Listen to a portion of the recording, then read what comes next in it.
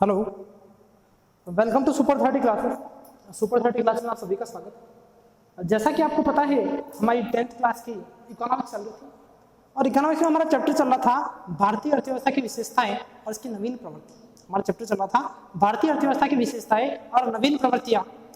और जैसा आपको पता है, हमने भारतीय अर्थव्यवस्था की जो विशेषताएं हैं वो सारी विशेषताएं कंप्लीट कर दी थी। भारतीय अर्थव्यवस्था की सभी विशेषताओं के बारे में पूरा, और उसके बाद हमने जो हमारी भारतीय अर्थव्यवस्था की जो प्रवृत्तियां हैं, जो नए फैक्टर्स हैं, है ना, 1950 से 1990 के बीच में हमारी अर्थव्यवस्था में क्या क्या परिवर्तन आए, हमारी अर्थव्यवस्था को किन किन समस्याओं का सामना करना पड़ा, उन सभी के बारे में हमने बात कर ली थी। हमने देखा कि हमारी अर्थव्यवस्था में गरीबी की समस्या थी, महंगाई की समस्या आई, है ना, भुगतान संतुलन की समस्या आई, व्यापार घाटा की समस्या, ऐसी अनेक प्रकार की समस्या आई। और हमारे देश का जो विकास का स्तर था, हमारे देश का जो विकास का स्तर था वो बिल्कुल गिर चुका था, डेवलपमेंट लेवल बिल्कुल कम हो चुका। कब तक? वर्ष 1990 तक। हमने देखा था वर्ष 1990 तक देश के विकास का स्तर बिल्कुल कम हो चुका था, विकास बिल्कुल खत्म हो चुका था, विकास की जो प्रक्रिया है वो अवरुद्ध हो चुकी थी, विकास रुक चुका था, है ना। तो उसके पश्चात हमारी सरकार ने, उसके पश्चात भारत सरकार ने देश के विकास को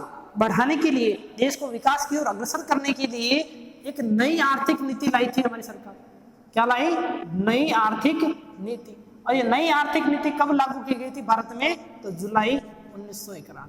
कब लागू की गई थी? जुलाई 1991। और इस नई आर्थिक नीति का मुख्य उद्देश्य देखा जाए तो उद्देश्य था कैसे ही करके भारतीय अर्थव्यवस्था को पुनः विकास की ओर आगे ले जाना है। भारत की जो अर्थव्यवस्था है इसके विकास को बढ़ाना है, अर्थव्यवस्था के विकास को बढ़ावा देना है, इसका मुख्य उद्देश्य था, है ना। ये सारी बात हमने देखी। अभी जो नई आर्थिक नीति जो जुलाई 1991 में हमारी सरकार लाई, हमारी सरकार जो नई आर्थिक नीति लाई थी जुलाई 1991 में, उस नई आर्थिक नीति के तहत हमने अनेक प्रकार के आर्थिक सुधार किए। अनेक प्रकार के क्या किए? आर्थिक सुधार।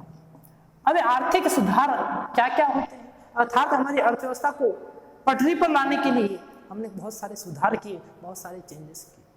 तो वो आर्थिक सुधार जो लागू किए हमने नई आर्थिक नीति में, वो कौन कौन से हैं, कौन कौन से आर्थिक सुधार लागू हुए, बहुत इंपॉर्टेंट है, कई बार यहाँ से क्वेश्चन पूछा गया है। तो पहला आर्थिक सुधार है उदारीकरण। पहला आर्थिक सुधार है उदारीकरण। दूसरा आर्थिक सुधार अगर देखा जाए तो वो है निजीकरण, और तीसरा अगर देखा जाए तो वो है वैश्वीकरण। पहला है उदारीकरण, दूसरा निजीकरण, और तीसरा है आपका वैश्वीकरण। ये तीन प्रकार के आर्थिक सुधार जुलाई 1991 में नई आर्थिक नीति के तहत हमारे देश की सरकार ने अपनाए थे। हमारी सरकार ने तीन आर्थिक सुधार अपनाए। पहला है उदारीकरण, जिसको हम लिबरलाइजेशन कहते हैं, दूसरा है निजीकरण, जिसको प्राइवेटाइजेशन कहते हैं, और तीसरा है वैश्वीकरण। तो इन आर्थिक सुधारों के बारे में हम एक एक करके चर्चा करेंगे कि पहला आर्थिक सुधार जो है उदारीकरण क्या है, निजीकरण क्या है, और वैश्वीकरण क्या है। तो सबसे पहले हम बात करेंगे निजीकरण के बारे में। पहले हम बात करेंगे निजीकरण के बारे में। जब आप निजीकरण समझ जाएंगे तो आपको ऑब्वियसली उदारीकरण भी समझ में आ जाएगा। तो निजीकरण को सबसे पहली बात कि निजीकरण होता क्या है। तो जैसा कि आपको पता है, हमने देखा कि हमारी देश की सरकार ने जब आजादी के समय देश के विकास के लिए अनेक प्रकार की योजनाएं बनाई थी, अनेक प्रकार के कठोर कानून बनाए, अनेक प्रकार के नियम बनाए, और नियमों का, कानूनों का परिणाम ये रहा कि वर्ष 1990 तक आते आते इतने अधिक नियम बन गए, इतनी अधिक पॉलिसी बन गई, इतने कठोर कानून बन गए कि हमारा देश का जो विकास है वो विकास रुक चुका था, है ना। तो उस विकास को वापस बढ़ाने के लिए हमारी सरकार ने नई आर्थिक नीति अपनाई, जिसके तहत आर्थिक सुधार लाए। आर्थिक सुधार में उदारीकरण, निजीकरण और वैश्वीकरण को अपनाया, और जिसमें हम पहला पर देख रहे हैं निजीकरण। तो देखें कि वर्ष 1990 से पहले अनेक प्रकार के कठोर कानून थे, अनेक प्रकार के कठोर कानून थे। अब ये कठोर कानून थे तो उसमें क्या, ऐसे कौन कौन से कठोर कानून? तो कोई भी उद्योग था, आपको कोई भी इंडस्ट्री लगानी थी, पहले ध्यान से सुने, निजीकरण समझा रहा हूं, कोई भी इंडस्ट्री लगानी थी, किसी भी उद्योग की स्थापना करनी थी, तो उससे पहले सरकार से क्या लेना पड़ता था? लाइसेंस लेना पड़ता। क्या लेना पड़ता था? लाइसेंस। अर्थात आपको कोई भी काम करना है, कोई भी छोटा मोटा भी इंडस्ट्री लगानी है, कोई प्लांट स्टार्ट करना है, कोई छोटा मोटा वर्क भी स्टार्ट करना है, तो आपको सरकार से क्या लेनी पड़ती? परमिशन लेनी पड़ती, सरकार से उसका लाइसेंस लेना पड़ता। बात समझ में आ गई? इसके अलावा जो सार्वजनिक क्षेत्र के उद्योग थे, पहला तो मैंने बताया कि कोई भी व्यक्ति अगर कोई उद्योग लगाना चाहता है, चाहे मैं हूं चाहे आप है, कोई उस समय वर्ष 1990 से पहले की बात कर रहा हूं, आजादी से 1990 तक की बात कर रहा हूँ। उस समय कोई उद्योग लगाना होता तो सरकार को क्या लेना पड़ता, लाइसेंस। किसी व्यक्ति को उद्योग लगाना तो लाइसेंस लेना पड़ता, किससे, सरकार से। ये लाइसेंस लेना कंपलसरी था, बिना लाइसेंस लिए आप कोई उद्योग स्थापित नहीं कर सकते थे, कोई फैक्ट्री लगा नहीं सकते थे, कोई भी काम नहीं कर सकते, ठीक। और दूसरा, इसी के तहत सरकार ने एक प्रावधान कर रखा था कि जो सार्वजनिक क्षेत्र के उद्योग थे, कौन से उद्योग बेटा, जो सार्वजनिक क्षेत्र के जो उद्योग थे, उन सार्वजनिक क्षेत्र को सरकार ने, किसने, सरकार ने स्वयं के अधीन अर्थात अपने अधीन कर रखा था। अर्थात कहने का मतलब यह है कि जब सार्वजनिक क्षेत्र के उद्योग होते हैं, जैसे तो सार्वजनिक क्षेत्र के कार्य है, अर्थात ऐसे कार्य, ध्यान से सुने, सार्वजनिक क्षेत्र क्या होता है समझा रहा हूं, ऐसे कार्य जिनका उद्देश्य, हम देखो इंडस्ट्री लगाते हैं, उद्योग लगाते हैं, तो हमारा उद्देश्य क्या होता है, ज्यादा से ज्यादा बेनिफिट कमाना, ज्यादा से ज्यादा लाभ कमाना, है ना। लेकिन सार्वजनिक क्षेत्र जो होते हैं, इनका उद्देश्य ज्यादा से ज्यादा लाभ कमाना नहीं होता। ये सरकारी क्षेत्र होते हैं, सरकारी उद्योग होते हैं, इनका उद्देश्य लाभ कमाना नहीं होता, इनका मुख्य उद्देश्य होता है जनता का वेलफेयर, पब्लिक वेलफेयर। क्या होता है, मुख्य उद्देश्य पब्लिक वेलफेयर, अर्थात जनता का उद्धार करना, कैसे ही करके जनता को लाभ पहुंचाना, जनता को सुविधाएं उपलब्ध कराना, किसका उद्देश्य होता है, सार्वजनिक क्षेत्र के उद्योगों का, सार्वजनिक क्षेत्र के उपक्रमों का, सार्वजनिक क्षेत्र के कार्यों का। क्लियर। हमने देखा कि सार्वजनिक क्षेत्र जो थे वो सरकार ने क्या कर रखे थे, वर्ष 1990 से पहले सारे सार्वजनिक क्षेत्र अपने अंडर में ले रखे थे। सारे सार्वजनिक क्षेत्र के जो कार्य है वो सरकार के अधीन थे। पहले जो स्कूल थी वो सिर्फ सरकारी स्कूल थी, पहले जो स्कूलें थी वो कैसे थी, सिर्फ सरकारी स्कूलें थी, उस समय कोई प्राइवेट स्कूल नहीं थी।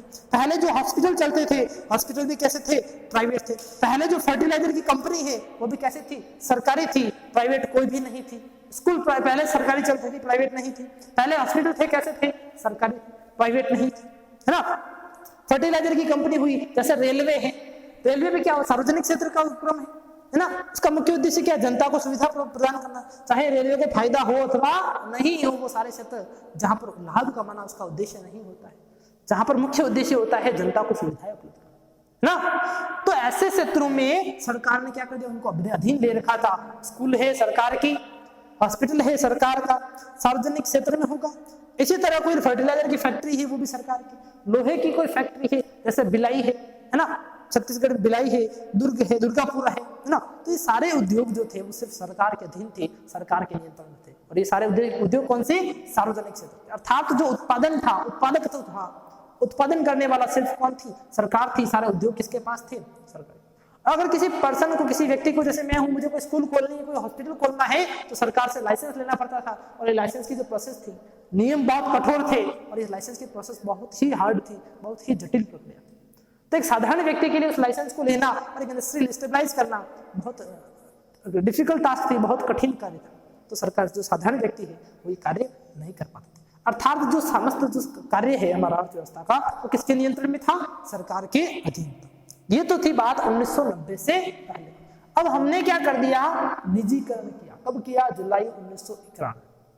अब निजीकरण क्यों किया, क्योंकि यहाँ जो उत्पादन होता था सरकार अकेली करती, यहाँ पर भ्रष्टाचार फैल चुका था, क्योंकि सारा कार्य सरकारी अधिकारी करते थे। आपको कोई लाइसेंस लेना है, मेरे को है, मैं जाऊंगा सरकार के पास, भ्रष्टाचार, करप्शन, पैसा दो, काम करो। तो भ्रष्टाचार अत्यधिक हो चुका था, विकास बिल्कुल रुक चुका था, है ना। अकेला अगर उत्पादन करेगी सरकार तो उत्पादन का स्तर जो था वो भी कैसा था, कम था। क्लियर। तो सरकार ने क्या किया, इसी सारी समस्याओं से निपटने के लिए सरकार ने निजीकरण की ओर कदम उठाया। सरकार ने निजीकरण की ओर कदम उठाया और उसने क्या किया कि उन उद्योगों को जो लाइसेंस पहले लेना पड़ता था, पहले उद्योग लगाने के लिए किसी व्यक्ति को लाइसेंस लेना पड़ता था, उस लाइसेंस की प्रक्रिया को क्या कर दिया, समाप्त कर। लाइसेंस की प्रक्रिया को समाप्त कर दिया। अब आप सोचें, लाइसेंस की प्रक्रिया को समाप्त किया तो पहले सिर्फ गवर्नमेंट स्कूल ही चलते थे, आज प्राइवेट स्कूल भी चलने लगे। लाइसेंस की प्रक्रिया को समाप्त किया, पहले हॉस्पिटल सरकारी होते थे, आज प्राइवेट होने लगे, है ना। पहले जो लोहे की इंडस्ट्री है वो सरकारी होती थी, पहले फर्टिलाइजर की कंपनी है वो सरकारी होती थी, शुगर इंडस्ट्री है वो सरकारी होती थी, लेकिन आज कैसी हो गई, प्राइवेट। पहले अगर बात की जाए रेलवे की, तो रेलवे का भी प्राइवेटाइजेशन हो गया है, निजीकरण हो गया। पहले रेलवे का संचालन सिर्फ सरकार ही करती थी, आज उसको किसको दे दिया है, तो ऐसी प्रक्रिया जिसके द्वारा हमने क्या कर दिया, अपने जो नियम थे उन नियमों को हटा दिया। निजीकरण यानी जो उद्योग थे उसमें निजी क्षेत्र को प्रवेश दे दिया। पहले निजी क्षेत्र के लिए प्रतिबंध था, निजी क्षेत्र को उसमें क्या कर दिया, प्रवेश दे दिया। ये तो किया हमने लाइसेंस को खत्म करके। दूसरा, जो सार्वजनिक क्षेत्र के उद्योग थे जो केवल सरकार के नियंत्रण में थे, उनमें अब क्या कर दिया, निजी क्षेत्र को भी प्रवेश दे दिया। उनमें क्या कर दिया हमने, निजी क्षेत्र को प्रवेश दे दिया। अब क्या होगा कि बहुत सारी फैक्ट्री कंपनी आएगी, है ना। जैसे पहले सिर्फ स्कूल गवर्नमेंट चलाती थी, जो विकास का स्तर था वो गवर्नमेंट के लेवल का ही था। आज बहुत सारे स्कूल्स हो गई, है ना। तो जो उत्पादन, जो प्रोडक्टिविटी जो हमें चाहिए, जो लेवल है, वो ऑब्वियसली क्या हुआ है, इंक्रीज। तो ये जो सारी प्रक्रिया है जिसके द्वारा हम क्या करते हैं, उत्पादन के जो क्षेत्र है, उत्पादन के जो क्षेत्र है उनको क्या करना, निजी हाथों में सौंप देना। पहले सिर्फ सरकार के हाथ में था, उत्पादन के क्षेत्रों को निजी हाथों में सौंप देना, उद्योगों की लाइसेंस की जो प्रक्रिया है उसको समाप्त कर देना, वो सारी प्रक्रिया क्या कहलाती है, निजीकरण कहलाती है। क्या कहलाती है, निजीकरण। और इस निजीकरण का परिणाम यह हुआ कि एक समय के पश्चात हमारे देश का जो उत्पादन का स्तर है, उस उत्पादन के स्तर में वृद्धि हुई। हमारी जो वस्तु बन रही थी, जो प्रोडक्ट बन रहे थे, उत्पादन जो वस्तुओं का उत्पादन हो रहा था, उनकी कीमतों में कमी आई है, उनकी जो प्राइस है उसमें कमी आई, अर्थात हम महंगाई की जो समस्या थी, उस महंगाई की समस्या का कहीं ना कहीं निपटान हुआ है, कहीं ना कहीं महंगाई की समस्या का सुलझाना हुआ है। पहले सिर्फ उत्पादन सरकार करती थी, एक ही उत्पादक यूनिट थी, वस्तु को बनाने वाली सिर्फ सरकार ही थी, एक ही फैक्ट्री थी, तो जो कीमत वो कहती वो कीमत हमें देनी पड़ती। लेकिन आज उसी वस्तु की बहुत सारी इंडस्ट्री लग गई, जहां से पैसा कम लगता है हम वहां से प्रोडक्ट खरीदें, है ना।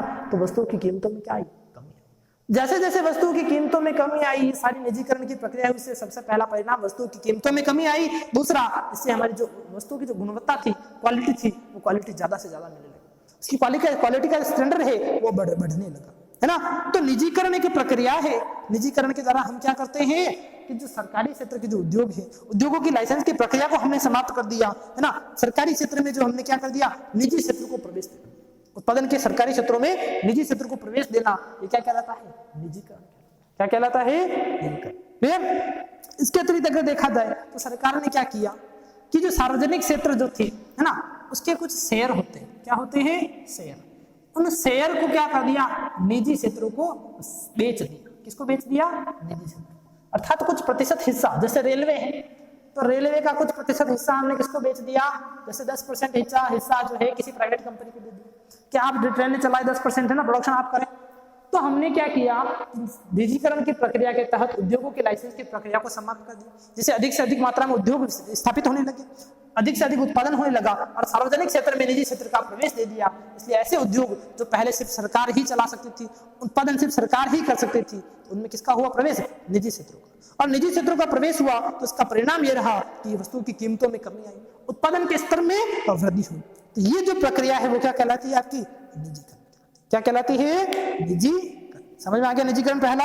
आगे देखिए दूसरा, ये तो हुआ निजीकरण। बात करते हैं उदारीकरण की। ये तो मैंने आपको बताया निजीकरण क्या होता है। निजीकरण में क्या क्या कर दिया हमने, उद्योगों की लाइसेंस की प्रक्रिया को समाप्त कर दिया, सार्वजनिक क्षेत्र में निजी क्षेत्रों को प्रवेश दे दिया, और इसके अतिरिक्त सार्वजनिक उद्योग जो थे उनके कुछ शेयरों को या कुछ हिस्से को हमने क्या कर दिया, निजी क्षेत्रों को बेच दिया। पहला समझ में आ गया। पहला जो आर्थिक सुधार है वो है आपका निजीकरण। दूसरा आर्थिक सुधार है आपका उदारीकरण। दूसरा आर्थिक सुधार है उदारीकरण। बात करते हैं उदारीकरण की, कि उदारीकरण किसको कहते हैं। उदारीकरण देखें, उदारीकरण का सीधा सा मतलब है उदार हो जाना।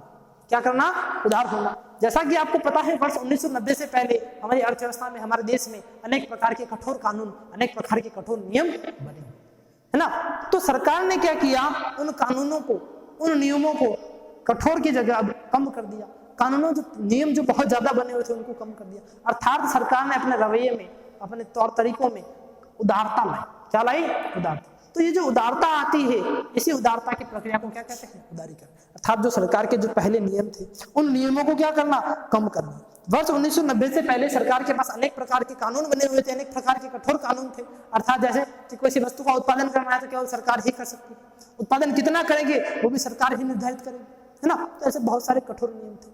विदेशी व्यापार नहीं हो पाता था, पहले विदेशी व्यापार भी नहीं होता था 1990 से पहले। क्यों, क्योंकि भारत जो है जब आजाद हुआ तो हमारे देश में अनेक प्रकार के छोटे मोटे घरेलू उद्योग थे, अनेक प्रकार के छोटे मोटे घरेलू उद्योग थे। और सरकार ने सोचा कि अगर विदेशी व्यापार को प्रारंभ कर दिया तो विदेशी कंपनियां भारत में आएगी और यहाँ पर उत्पादन करेगी। इससे क्या होगा, हमारे घरेलू उद्योग नष्ट हो जाएंगे। इससे क्या होगा, हमारे घरेलू उद्योग नष्ट हो जाएंगे। तो सरकार ने विदेशी व्यापार को प्रतिबंध कर रखा था, है ना। तो ये जो सारे नियम थे, कठोर नियम जो थे उन कठोर नियमों को सरल बनाने की प्रक्रिया, नियमों को समाप्त करने की प्रक्रिया क्या कहलाती है? उदारीकरण। क्या कहलाती है? उदारीकरण। क्लियर है? तो उदारीकरण, देखो निजीकरण तो क्या है कि निजी क्षेत्रों को सौंप देना, और उदारीकरण जो है इसका सीधा सा मतलब है कि जो कठोर नियम, कठोर कानून बना रखे हैं उन कठोर कानूनों को, उन कठोर नियमों को क्या करना? कम करना, नियमों की संख्या को कम करना या उन नियमों को हटा देना, ये प्रक्रिया कहलाती है उदारीकरण। जिससे क्या होगा कि जैसे उदारीकरण में मैंने कहा कि आपका विदेशी व्यापार पहले प्रतिबंध था, विदेशी व्यक्ति यहाँ पर आकर उत्पादन नहीं कर सकते थे। अब हमने क्या कर दिया? उदारीकरण की प्रक्रिया लागू की, तो हमने विदेशी व्यापार को बढ़ावा दिया। तो इससे क्या हुआ कि अनेक प्रकार की कंपनियां भारत में आई। कंपनियां भारत में आई तो अपनी इंडस्ट्री लगाई, अपनी फैक्ट्री लगाई, तो यहाँ के जो भारत के जो लोग थे उनको उस इंडस्ट्री में काम मिला, रोजगार मिला। तो हमारी जो सबसे बड़ी समस्या थी बेरोजगारी की समस्या का भी कहीं ना कहीं हल हुआ है। किससे? उदारीकरण से। हमारा जो उत्पादन का स्तर है वो बड़ा है, ज्यादा से ज्यादा इंडस्ट्री लगने लगी है ना। तो ये जो प्रक्रिया है उसको कहते हैं उदारीकरण। उदारीकरण की अगर डेफिनेशन देखना चाहे, परिभाषा देखना चाहे, तो इसका सीधा सा मतलब यही है कि एक ऐसी प्रक्रिया है जिसके द्वारा हमारे जो सरकार ने जो कठोर कानून बना रखे हैं उन कानूनों को क्या करना? सरल कर देना, उन कानूनों को समाप्त कर देना, है ना। जिससे क्या होगा? सरकार की जो बाधाएं हैं, अनेक प्रकार की सरकारी बाधाएं हैं, उन सरकारी बाधाओं को समाप्त करना, जिससे हमारा देश का आर्थिक विकास उन्नति की ओर कर, देश का आर्थिक विकास बढ़े, देश उन्नति की ओर अग्रसर हो, तो उस प्रक्रिया को हम कहते हैं उदारीकरण। समझ में आ गई? ठीक है। तो हमने फर्स्ट देखा वैश्वीकरण, निजीकरण, और निजीकरण में मैंने आपको समझाया कि सार्वजनिक क्षेत्र में जो है निजी क्षेत्रों को प्रवेश दे देना, ये तो होता है निजीकरण। उदारीकरण में मैंने कहा कि पहले सरकार के अनेक सारे कठोर नियम थे, उन नियमों को और प्रक्रिया को क्या करना? उनमें ढील दे देना, उन नियमों और प्रक्रिया को छूट दे देना, वो कहलाती है उदारीकरण।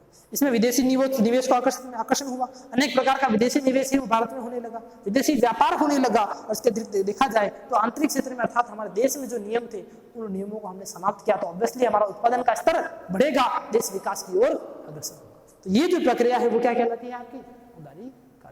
पहला हमने निजीकरण देखा, दूसरा उदारीकरण देखा, अब तीसरा बात करेंगे। तीसरा जो आर्थिक सुधार है वो है बेटा वैश्वीकरण। तीसरा आर्थिक सुधार क्या है? वैश्वीकरण। अब वैश्वीकरण, आपने एक नाम सुना होगा, वसुधैव कुटुंबकम की अवधारणा आपने सुनी ही होगी। हमारे भारत में सबसे ज्यादा प्रचलित है वसुधैव कुटुंबकम, अर्थात विश्व ही हमारा परिवार है। तो उसी वसुधैव कुटुंबकम की परिभाषा को ही, उस अवधारणा को ही हम वैश्वीकरण कहते हैं, और उसको अगर इंग्लिश में देखा जाए तो हम ग्लोबलाइजेशन कहते हैं। देखें एक्चुअली हुआ क्या कि जब हमारे देश में, जब हमारे भारत में उत्पादन बढ़ने लगा, हमने निजीकरण कर दिया, हमने उदारीकरण किया, तो उसके परिणाम स्वरूप उसका रिजल्ट ये रहा कि हमारे देश में जो उत्पादन का स्तर है वो उत्पादन का स्तर बढ़ा। उत्पादन का स्तर क्या हुआ? बढ़ा, है ना। हमने अनेक प्रकार के विदेशी व्यापार को प्रतिबंध कर रखा था, हमारे देश ने विदेशी व्यापार को प्रतिबंध कर रखा था, विदेशी निवेश को, अर्थात कोई विदेशी कंपनी आकर भारत में इन्वेस्ट नहीं कर सकती, वो सारे हमने प्रतिबंध लगा रखे थे। सभी प्रकार के प्रतिबंध थे, तो हमने क्या कर दिया कि जब प्रक्रिया अपनाई, नई आर्थिक नीति अपनाई, इसके तहत हमने जब उत्पादन देश का बढ़ा, ऑब्वियसली हमारा प्रोडक्शन जब बढ़ा, तो हम जब उत्पादन, जब जैसे माना कि देश में किसी वस्तु की मांग जो है, किसी वस्तु की मांग है 100 यूनिट, उसकी डिमांड कितनी है? ओनली 100 यूनिट, 100 यूनिट ही है, और हमारा जो उत्पादन है वो माना 200 यूनिट हो रहा है। अर्थात आप एक मार्कर है, इस मार्कर का एग्जांपल ले लेते हैं, ये मार्कर है, हमारे इंडिया में टोटल 200 यूनिट्स बन रहा है, एग्जांपल दे रहा हूँ, 200 यूनिट बन रहा है, और हमारे इंडिया के लोगों की मांग कितनी है? 100 लोग ही इसको मांग रहे हैं। उत्पादन अधिक हो गया, तो उस उत्पादन का क्या करें? तो हमने क्या किया कि पहले जो है ये भारत है, और भारत का अन्य देशों के साथ जो व्यापार है, अन्य देशों के साथ जो निवेश है, वो क्या था? प्रतिबंध था। कोई भी देश भारत में व्यापार नहीं कर सकता था, भारत के साथ व्यापार नहीं कर सकता था, भारत में निवेश नहीं कर सकता था। लेकिन हमने अब क्या किया? इस प्रक्रिया को, इस प्रतिबंध को क्या कर दिया? हटा दिया। अर्थात भारत की अर्थव्यवस्था जो है अब किसकी अर्थव्यवस्था से जुड़ गई है? हमारे विश्व की अर्थव्यवस्था से। भारत की अर्थव्यवस्था किससे जुड़ चुकी है? अब विश्व की अर्थव्यवस्था से। इससे क्या हुआ? हमारे देश का उत्पादन अन्य देशों में जाने लगा, अन्य देशों का माल यहाँ आने लगा, विदेशी निवेश भारत में होने लगा, विदेशी व्यापार भारत में होने लगा। इससे क्या होगा? भारत की आय में वृद्धि होगी, और जब हमारे देश की आय में वृद्धि होती है तो ऑब्वियसली देश क्या होगा? विकास की ओर बढ़ेगा। और ये नई आर्थिक नीति जो है वो एकदम सफल साबित हुई, और आज हमारी भारत की अर्थव्यवस्था एक विश्व में अगर देखी जाए तो प्रमुख स्थान रखती है। भारत की अर्थव्यवस्था एक विकास की ओर कंटिन्यू बढ़ रही है। तो सभी का क्या परिणाम, ये किसका परिणाम है? ये जो आर्थिक सुधार हमने किए, पहला उदारीकरण, दूसरा निजीकरण और तीसरा वैश्वीकरण। अब इस वैश्वीकरण से हमने क्या किया, भारत की अर्थव्यवस्था को विश्व की अर्थव्यवस्था से जोड़ा, हमारा उत्पादन अन्य देशों में जाने लगा, अन्य देशों का उत्पादन भारत में आने लगा, है ना।